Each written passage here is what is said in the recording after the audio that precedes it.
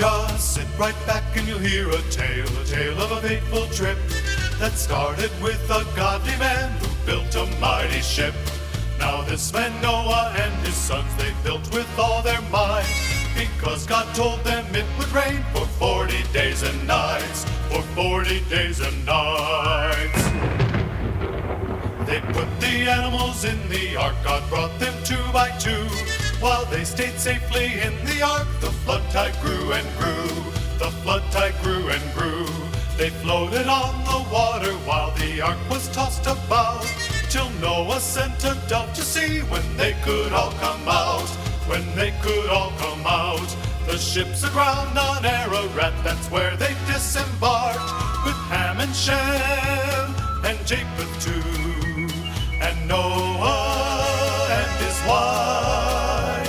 The animals were saved by God from the flood here on Noah's Ark. How about that? The story of Noah in 1 minute and 15 seconds. I thought my job was going to be hard. Actually, we're going to take 9 weeks to tell this story. I know some people thinking 9 weeks of Noah. What on earth could you possibly talk about? Well, you'll have to come and find out, won't you? You're going to find the story of Noah in Genesis chapter 5 through 9. And yes, I put out the challenge to on the email list this week. I'm going to encourage you to read the entire story every single week at least once during this 9-week sermon series. So that means by the time we get to the end, you'll just about have it memorized. You'll understand exactly what Noah went through. And when I say Noah, you immediately think ark. I say Noah, and maybe you think flood. The ark and the flood were a large portion of the story, but it's not the center of Noah's story. And it's definitely not the entire story. So today is the introductory week, so you can kind of sit back. I'm going to just kind of introduce the story.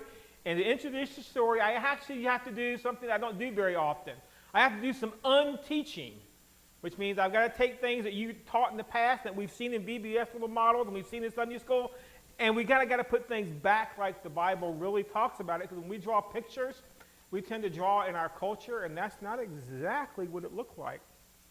This man, Noah, he had a very, very full life. You think your life was busy? Well, just take a look at Mr. Noah. From a family point, he was a son, a father, and a husband. That, my friends, is a full-time job all by itself, taking on those 3 roles in your life. However, he also had jobs.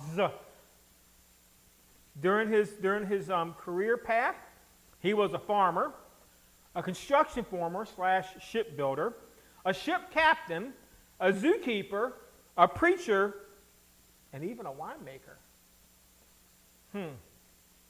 From a spiritual standpoint, the Bible tells us Noah was a righteous man. This is the account of Noah and his family. Noah was a righteous man, blameless among the people of his time, and he walked faithfully with God. A righteous man. Now, I know you're thinking about a year ago, we were in the middle of this series on Lot, and we saw that exact same phrase used of Lot in 2 Peter, when we did 2 Peter chapter 2, verses 5 through 8. And before you're wondering, this is not another one of those sermon series that's going to fit into Not Another Hero, because I honestly believe in his own little way, Noah was indeed a hero in the Bible. But please know, Noah was not perfect. Oh no. Noah had his moments, but for the most part, Noah had the correct priorities in his life. But we're getting a little ahead of the story. I want to start from the beginning of Noah's life and the expectations that were placed on it all the way from the beginning. And when we start Noah's life, it really does start in the beginning, because Genesis chapter 5, verses 1 through 2 start out, this is written account of Adam's family line. When God created mankind, he made them in the likeness of God. He created them male and female and blessed them and named them mankind when they were created. So the story of Noah starts with a recap of how we got here. God created man, and then he gave them everything, including this stuff called free will, which sometimes I still wonder about that idea, but God gave them free will. They used that free will, and they chose badly. They chose their own way versus God's way, and that's an important fact that you need to remember.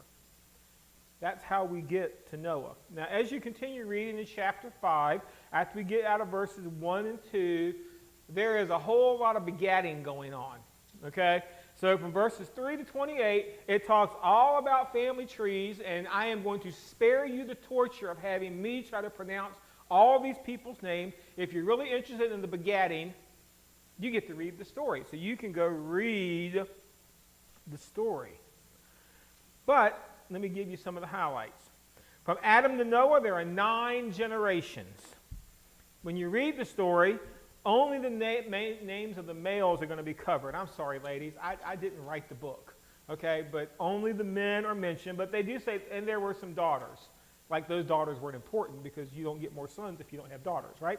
But there are 9 generations. Only the daughters were mentioned. And as you follow along, you'll see that it's produced, that most generations produce multiple children, even up into their hundreds and hundreds of years old. And this is one of the reasons I'm thankful I live now and not then. I could not imagine having kids at 500 years old. I can't imagine having kids at 50 years old. No, thank you. I'm good, okay? But this is important that you know that most families had many, many, many, many kids. So let's talk about Noah. The name Noah derives from the word Noach, a Hebrew name meaning rest, which in itself is kind of funny because Noah always seemed to be a busy man and had work to do. From the moment Noah got here, this was the declaration from Dear Dad. He named him Noah, he being Noah's dad. He named him Noah and said, he will comfort us in the labor of painful toil of our hands caused by the ground the Lord has cursed. So here he is, a brand new little baby, just got here on the scene. Dad looks at him and says, cool, he's going to be a comforter. If you've ever tried to comfort anybody, that's a lot of work, folks. And he's going to be a laborer, so he's going to be a worker. And kind of get the idea that Noah's first career was a farmer, better him than me, because it says that he was going to toil the ground. However, when you begin to look at that story, there's another interesting note that kind of tells you something about Dad's philosophy. And it kind of talks about who Dad saw was the fault of human plight. Did you catch the phrase? He said, caused by the ground the Lord has cursed. Now, I don't want to read a whole bunch in the middle of it, and maybe he was just stating facts, but could he not have just said as easily that the ground that was cursed because of man's sin? But he reversed it. He says, God cursed the ground, and that's why I need comfort. God cursed the ground, and that's why I have to work so hard. If God hadn't have done this, I could have set my clock for 10 o'clock today. It'd be all good, right? And when you read really into that and you begin to study the life of Noah and the family and then everything that goes around him, you understand it's God's fault. That's the mentality that we see. It's God's fault. So as we're starting this sermon series, we find out we've got a man that's busy, busy, busy. I can relate to that one. And we've got a man who people are blaming God. What's happening in their world. So let's talk about the sons of Noah. And this just gives me the creepies here for just a second. The sons of Noah. After he was 500 years old, he became the father of Shem, Ham, and Japheth. Again, I'm glad he picked Noah and not me. But I want you to think about something. Remember, I told you all the other generations had multiple sons and daughters. And well, Noah is 500 when these three come along. Thus, it's most likely possible these weren't the only three sons of Noah. These were the only three that get to be mentioned by name. And these are the only three kids that, and they don't mention any of the daughters. After all, they got wives from somewhere. These kids had time on their hands. Matter of fact, the kids that were born before Ham and Shem and Japheth probably had a chance to have Noah some grandkids.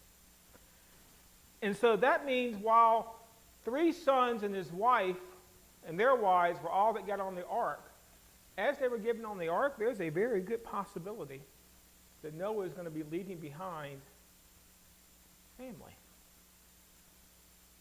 Think about that from a dad and mom perspective.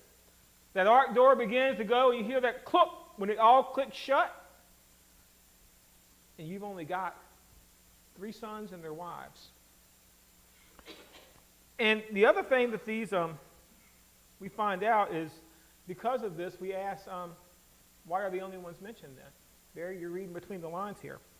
I know why they were the only ones mentioned, because they're the only ones that got on the ark. All the others died.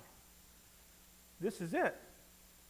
You see, when Noah got on that ark, he was 600 years old. So now the sermon is going to turn into a math class. Okay? Genesis chapter 7, verse 6 says, Now Noah was 600 years old when the flood waters came to earth. So, Noah's dad, and when you read all the begatting, you're going to find out, Noah's dad lived 595 years after Noah was born. Thus, he died 5 years before the flood. So Noah's dad died before the rainwaters ever showed up. However, Noah had a grandfather. His name was Methuselah. What's Methuselah known for? The oldest man that ever lived. Here's the thing. If you go back and you do the math, when Noah was born, Methuselah was 369 years old. Noah entered the ark when he was 600 years old. Thus, either Methuselah was really, really lucky, and he died the year of the flood, or Methuselah refused to get on the ark. Oh, wait a minute. So Noah's got family problems to go with his busy schedule. And the fact that he's got all this stuff to do. Noah's got family issues because he's got family that was born before him that isn't going to get on that ark. So the entire time that he's building, he's got to deal with his family. Really? That's what you choose to do with your time? Come on over and have dinner. I got work to do, Dad. No, you got time. No, I don't have time. Trust me. Now, there's another twist to Noah's family. God decided the flood 120 years prior to the first raindrop. Okay? That's what we're told. So God decided to destroy the entire planet, and he said, I'm going to do so in 120 years. Then the Lord said, My spirit will not contend with humans forever, for they are mortal. Their days will be 120 years. Now, we really don't know how long God waited to tell Noah. I'm going to go with a hunch. He probably didn't wait 115 years and then go tell Noah, you got 5 years left. There's a lot of work to do. We also don't know how long before Noah started driving the first nail for the ark. I mean, there's going to be a lot of prep work for this. He's got trees to gather. He might have trees to grow. He's got to get all this other stuff together. He's got to get a labor force together. I mean, this is not a small boat. This isn't the USS Minnow. This is going to be a life-saving ark. Here's the fun thing. Ham, Shem, and Japheth. Well, they were born to Noah 20 years after the countdown started. And no, I didn't just pull this one out of my head. This is actually math.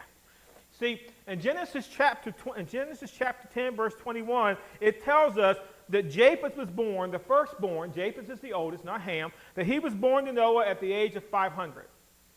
So Noah got on the boat when he was 600, and Japheth was born at 100. So, at 500. So that means that between that was 100 years. But the clock started at 120 years. So after Japheth came Shem, and the Bible tells us in verse 11, chapter 10, that Shem was born when Noah was 502 years old. So now we've got a second son while we're trying to digest the fact that the world is going to be destroyed. And just so you know, according to Genesis chapter 9, verse 6, Ham was the youngest son. So we don't know exactly when he was born, but we know Noah was beyond 502 years old. So now we have 3 sons born to Noah after the clock starts. So what's the big deal? Now my parents are going to understand what the big deal is. Because you know what? These boys would have spent their entire lives hearing about the pending flood, watching and eventually having to help build the ark and the construction, and then wrestling with a world that was completely out of control with sin. We'll talk about the world in a moment. But can you relate to this? I'm busy, God. I'm working. I'm doing ministry. I'm doing what you told me to do. God, I also have to raise these kids that I've got. And you know what? Raising boys is not easy. They've got all these things they want to go do, and they want to go hang out with their friends, and who knows what they're doing, and I need their help here to build the ark. God, what are you doing to me? You want me to collect animals too while I'm building the ark, and while I'm building the ark and collecting animals, you want me to preach to the world too? Whew. I'm starting to feel Noah. And while he's preaching, he's got another very important job. He's got to convince these boys to decide for themselves to get on the ark. We read the story now, and it says Ham, Shem, and Japheth got on the ark. Okay, obviously you've never had teenagers if you think that was an easy thing to convince them to get on that ark, because God did not force them on the ark. He opened the door, and they had the exact same decision that everybody else in the world had. They did not have to go on just because they were Noah's sons. They had to choose to get on the ark. So all the time Noah is busy trying to do the ministry of God, trying to save the world, trying to run a construction project, trying to manage a zoo. He's also got to convince 3 boys that their best alternative for their life is to give their life to God and get on that ark like God said do. Now I definitely am feeling you, Noah. And he's got to do it all in a world that is gone crazy. Noah was still raising a family and dealing with family. The people that were telling him he's crazy for building the ark. What do you need an ark for? It doesn't rain, right? What do you mean rain? We've never seen rain before. He had to teach the boys the value of a relationship with God while the world did not value it. And he had to convince them that their best option, again, was to get on that ark. And you know what? Mission accomplished when it came to his kids. On that very day, Noah and his sons, Shem, Ham, and Japheth, together with his wife and the wives of his 3 sons, entered the ark. All right, Barry, well, how do you know the world's gone crazy? Well, you know, we like to say our world is getting crazier. No. Jesus tells us, Luke chapter 17, verses 26 through 27. Just as it was in the days of Noah, so also will it be in the days of the Son of Man. People were eating and drinking and marrying and being given in marriage up to the day Noah entered the ark. Then the flood came to destroy them all. So as the world looked at themselves, everything was normal. They were making plans. They had vacations to go on, and jobs to do, and careers, and they were getting married, and they were having celebrations, and they were just living their life. They were just doing everyday things. Cooking meals, getting up, going to work, coming home, complaining about their coworkers, complaining about their boss, complaining about the church, complaining. Yet they were just doing people things. And Jesus said this was going to happen all the way up until they entered the ark. And this is important for us to remember. Because when we read the story of Noah, we often think these people must have been such horrible, rotten people. But from a people perspective, you know what they were? Just people. They probably weren't much different than the world that we see out there today. Okay, they probably didn't have little phones that they were walking around doing this, okay? Okay, and they probably didn't have cars, and they definitely didn't have the internet. All right, but they were just people. And that's an important thing for us to remember, because from God's perspective, being just people means that there is a bigger problem going on. The Lord saw how great the wickedness of the human race had become on the earth, and that every inclination of the thoughts of the human heart was only evil all the time. So, when you start reading the begats, you can get yourself out a calculator, and when you finish doing all the adding, you're going to figure out from Adam to Noah was 1,659 years. No, I did not add this up. I Googled this, and it told me 1,659 years. But you understand, that's less than 2,000 years from the original sin. And this is how God defined the human race at this point. Great is the wickedness. And not only did he say great is the wickedness, he dove even deeper into the world that Noah found himself living in. And he said, every, not some, not a few, not a lot, he says, every inclination of the thoughts of the human heart are evil. Not sometimes, not occasionally, not once in a blue moon, all the time. So the next time you're flipping on that TV, the thing in the box with the remote, and you're flipping through it, and you see the news, and you think, oh my gosh, this is nuts. You do understand. It's called life. See, this is the sin condition. Left undealt with, sin will continue to increase. In the world that this is the world that Noah had to decide, I am going to do what God said. You're going to see this several times as we go through this sermon series. And Noah did all that the Lord commanded him. And you know what? It's not like he got a lot of consolation prizes for doing it. You see, when Matthew records Jesus talking about the flood, this is what he wrote. For in the days before Noah, people were eating and drinking and marrying and giving in marriage up until the day Noah entered the ark. And they knew nothing about what would happen until the flood came and took them away. And I always find this statement interesting because it said they knew nothing. Really? They could see the ark. They could hear Noah's preaching.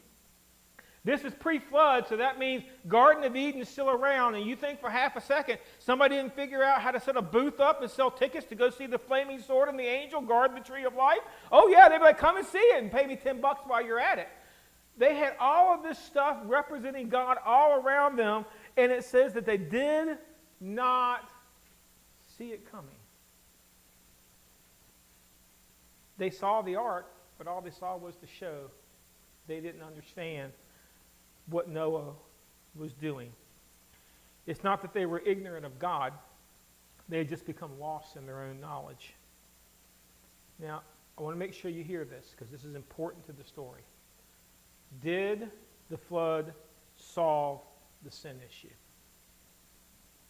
No.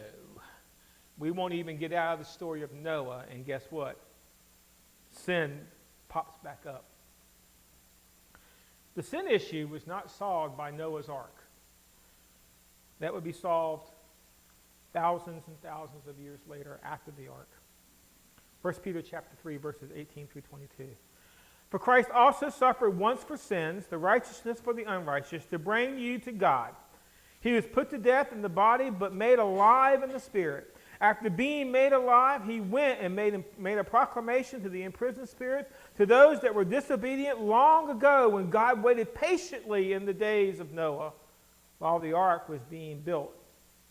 In it, only a few people, 8 in all, were saved through water.